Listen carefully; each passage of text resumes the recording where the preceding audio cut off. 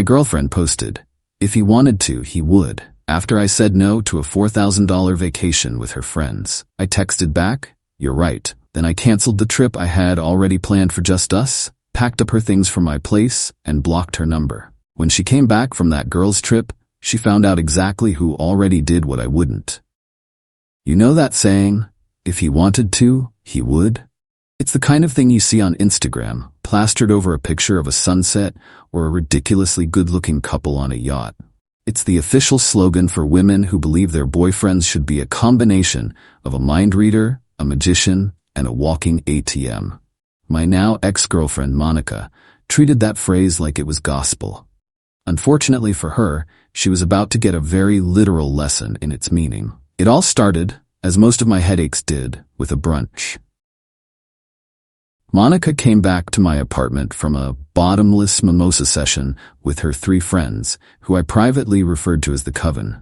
She had that look in her eye, the one that meant she'd been scrolling through social media and had decided her life was tragically unfabulous and that I was the designated contractor for its renovation. She flopped onto the couch next to me, phone in hand. "Babe, you will never guess what Tiffany is doing for her birthday." I didn't have to guess. She was already showing me a picture of a beach in Tulum, Mexico. "She's taking everyone, for a whole week, all-inclusive," she announced, as if this was the most incredible act of generosity since the invention of charity. "I run a small engineering firm. I do well. I'm comfortable, but I'm not an idiot.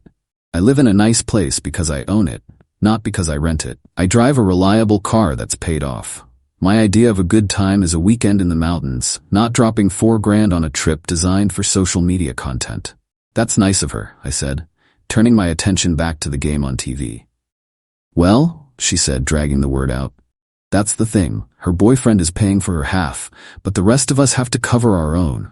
It's only like $4,000. Only." The word hung in the air between us. I looked at her. She had the perfectly practiced pleading look on her face, the one that usually worked. "Monica, $4,000 is a lot of money for a trip with your friends," I said, keeping my voice even. "But it's Tiffany's birthday," she said, as if that made it a national holiday. "And besides, we never go anywhere." This was, to put it mildly, a lie. We went places. We just went to places I thought were actually interesting, not just places with good lighting for selfies. But that wasn't the real kicker. The real kicker was that I had already booked and paid for a surprise trip for just the 2 of us for our anniversary next month. 10 days in a quiet, beautiful corner of northern Italy. We're talking a lakeside villa, incredible food, scenic drives, the whole 9 yards. It was a trip for us, a real vacation, not a performance for her followers. It had cost me a hell of a lot more than $4,000, but it was an investment in my relationship. Or so I thought. "I don't have $4,000 to spend on a girls' trip to Mexico right now," I said. It was a polite way of saying, "There is a 0% chance I am paying for you to go get drunk in another country with 3 people I can't stand." The change in her was instant. The pleading look vanished, replaced by a cold, hard glare. "I can't believe you," she said. "It's like you don't even care about my happiness." The conversation devolved from there into the usual circular argument. It ended with her storming into the bedroom and slamming the door. I just sighed and turned up the volume on the game. I figured she'd get over it in a day or 2. I was wrong. The next afternoon my phone buzzed. It was a notification that she had tagged me in a post. I opened Instagram, and there it was. A professionally vague, passive-aggressive masterpiece. It was a picture of a sunset, probably stolen from Google Images, with that phrase written in elegant script, "If he wanted to, he would." There it was, a public declaration that I, the uncooperative boyfriend, was failing in my duties. My crime? Refusing to finance a last-minute $4,000 party trip. I looked at the post, then at the comments already rolling in from the Coven. Tiffany wrote, "He doesn't deserve you, Queen." Megan, this is what I'm talking about. Know your worth. They were publicly shaming me for being financially responsible. I stared at the screen and I didn't get angry. A strange sense of calm washed over me. It was like a complex engineering problem had suddenly been simplified. The variables were clear. The objective was defined. I took a screenshot of her post. I opened my messaging app, attached the image, and sent it to her with a 2-word reply. "You're right." Then I put my phone on silent. She thought she was playing a game of emotional chess, trying to checkmate me into paying for her trip. She had no idea I had just flipped the whole board over. She was about to find out what it really meant when a man wants to, and what he does when he really, really doesn't. Update 1. It's been a week since my last post. A lot has happened, and my apartment has gotten significantly cleaner and about 150 pounds lighter.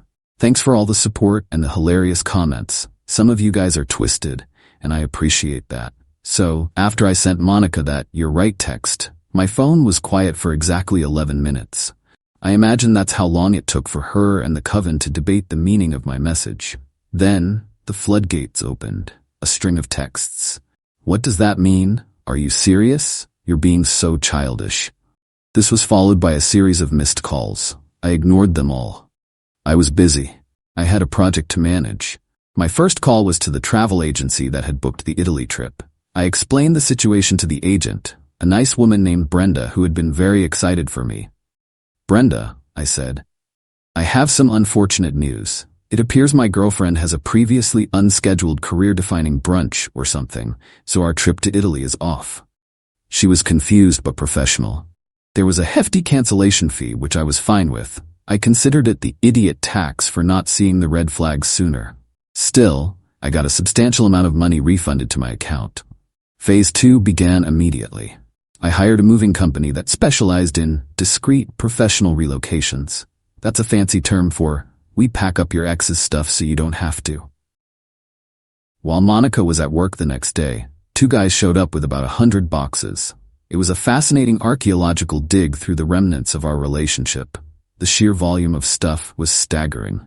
Clothes, shoes, makeup, and about 1,000 decorative pillows that you weren't actually allowed to use. They packed up everything. Every last hair clip, every half-empty bottle of ridiculously expensive face cream, every live, laugh, love sign. I supervised the whole operation, making sure they didn't accidentally pack my toothbrush or my dignity.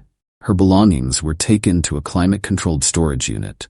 I paid for the first month. I had the key and the access code sent to her friend Tiffany's address via courier, along with a cashier's check for the security deposit she'd never paid me for the apartment. I included a simple typed note. "As you pointed out, if I wanted to, I would." It turns out, I don't. This is me growing up. Have a nice trip. I spent the rest of the evening cleaning. I scrubbed the apartment from top to bottom. I threw out all the scented candles that made my place smell like a Yankee Candle factory exploded. I reclaimed my bathroom counter. It was therapeutic. Meanwhile, Monica was having a meltdown. Her texts had turned from confused to furious. She accused me of being a psycho, of being controlling. She even had her mom call me, who I politely told that her daughter's relationship issues were not a topic I was going to discuss with her. The best part? She actually decided to go on the trip to Mexico. I guess she couldn't stand the humiliation of telling her friends that her ATM had been shut down. I found out later from a mutual acquaintance that she put the whole $4,000 on her credit card, a card that I knew for a fact was already close to its limit. She went, determined to project an image of an unbothered, independent woman having the time of her life. Her Instagram was a masterclass in denial. Pictures of cocktails on the beach, boomerangs of her and her friends laughing, all captioned with inspiring quotes about self-worth and not settling. It was like watching someone try to put out a house fire with a water pistol. While she was busy curating her fake vacation, I was reallocating some recently freed up capital. My younger sister Jenna is a graphic designer. She's incredibly talented, but she's been struggling to get her freelance business off the ground. She's been working on an old, slow laptop, using outdated software, and taking on cheap projects just to make rent. She has the drive and the talent, but she's never had the resources. She's the opposite of Monica in every way. Hardworking, humble, and deeply passionate about what she does. She had been saving up for a new computer and a professional-grade software suite, but it was slow going. The total cost was about $5,000. So I took the money that was refunded from the canceled Italy trip, added a little extra, and went shopping. I bought her the most powerful laptop on the market, a huge professional monitor, the full Adobe Creative Cloud subscription for a year, and a top-of-the-line drawing tablet. I had it all delivered to her small apartment. I didn't tell her it was coming. I just got a call from her an hour after it was delivered. She was sobbing, but these were the good kind of tears. She was completely overwhelmed. She kept asking what she had done to deserve it. "You worked for it," I told her. "I'm not giving you a gift. I'm making an investment in your business. You can pay me back when you're a big shot." There was a long silence on the other end of the line. Then she just whispered, "Thank you." So, while Monica was racking up credit card debt to prove a point to a guy who wasn't even watching, I was investing in someone's future. Someone who actually had one. Monica's trip ends tomorrow. She's going to come back to a maxed-out credit card, a bunch of stuff in a storage unit, and a harsh dose of reality. She thought the ultimate power move was posting a passive-aggressive meme. She's about to find out what a real power move looks like. She's about to find out who did with the money I wouldn't. Final update. The show is over, the curtains have dropped, and I've never felt better. The past 2 weeks have been illuminating. I honestly expected more of a fight when Monica got back from Mexico, but what I got was so much more satisfying. She returned on a Sunday night, sunburnt, and from what I heard, in a terrible mood. The trip, apparently, was not the paradise she'd portrayed on Instagram. According to my source, a friend of a friend who knows one of the coven, the vibe soured quickly once her friends realized she was expecting them to cover her drinks and meals after her card got declined on day 3. The all-inclusive resort wasn't as all-inclusive as she thought. She didn't try to come to my apartment right away. I think she was too proud, or maybe she was trying to formulate a strategy. She stayed with Tiffany for a couple of days. That arrangement ended abruptly when the storage unit company called Tiffany's phone, reminding her that the next month's rent was due in a week. I guess Tiffany wasn't thrilled about being the point of contact for Monica's mountain of useless junk. The inevitable confrontation happened last night. I was at my place, going over some business plans with my sister Jenna. We had my laptop connected to the big TV, looking at the new portfolio website she had built with her new gear. The quality of her work had skyrocketed. She was already getting inquiries from bigger clients. She was buzzing with energy and ideas. Then, the buzzer rang. I knew it was Monica. I let her up. I wanted her to see this. When I opened the door, she looked exhausted. The vacation glow was gone, replaced by a pale, stressed look. She started in immediately, no preamble. Her voice was high and shaky with anger. "What is wrong with you?" she demanded. "You pack up my stuff? You send it to Tiffany's? You cancel my credit card? All because I wanted to go on a trip with my friends?" I didn't say anything. I just leaned against the doorframe, hands in my pockets, and let her vent. It was a long, rambling tirade about how I was controlling and petty and how I'd humiliated her. "And after everything I did for this relationship," she finished, breathing heavily. I almost laughed at that one. "What exactly did you do, Monica?" I asked, my voice genuinely curious. "Besides occupy space and spend my money?" Her face crumpled. The anger was fading, replaced by the dawning horror of her situation. "I thought you loved me," she whispered. "I did," I said, and it was true. "But love doesn't mean you get to be a spoiled, ungrateful child. You made your priorities clear.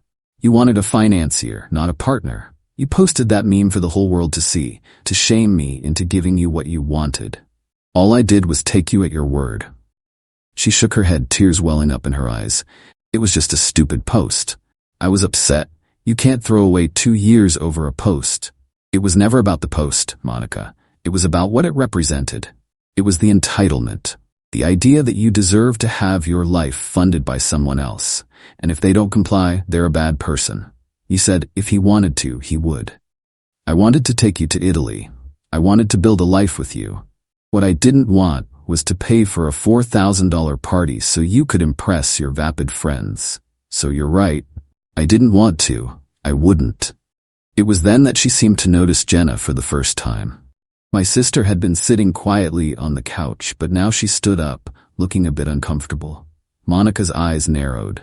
She scanned Jenna, Then her gaze fell on the table, where the brand new, high-end laptop and drawing tablet were sitting.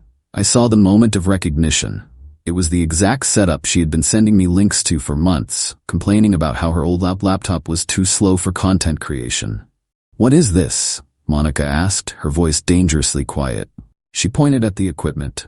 "That," I said with a slight smile, "is what I did want to do." Jenna, bless her heart, chose that moment to speak up. "Mark made an investment in my business," she said, her voice clear and proud. "I'm paying him back with my first big contract." The look on Monica's face was a priceless work of art.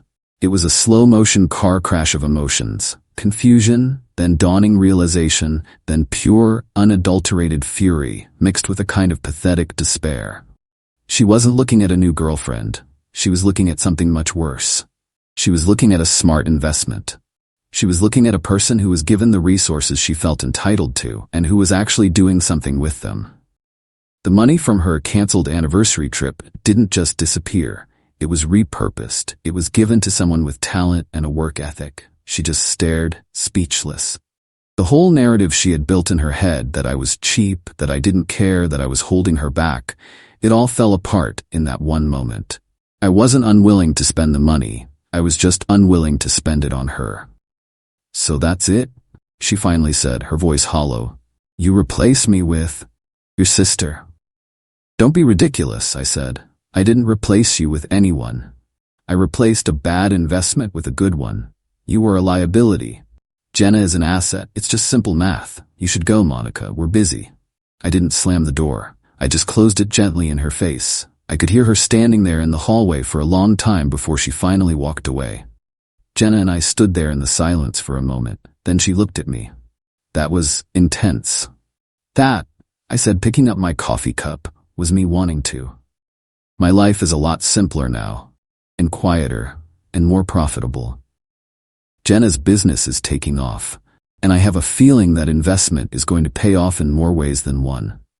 Monica learned a hard lesson in economics. She found out that when you put a price tag on everything, sometimes you get sold off for parts. And sometimes the person you thought was a bad boyfriend turns out to be a very good venture capitalist.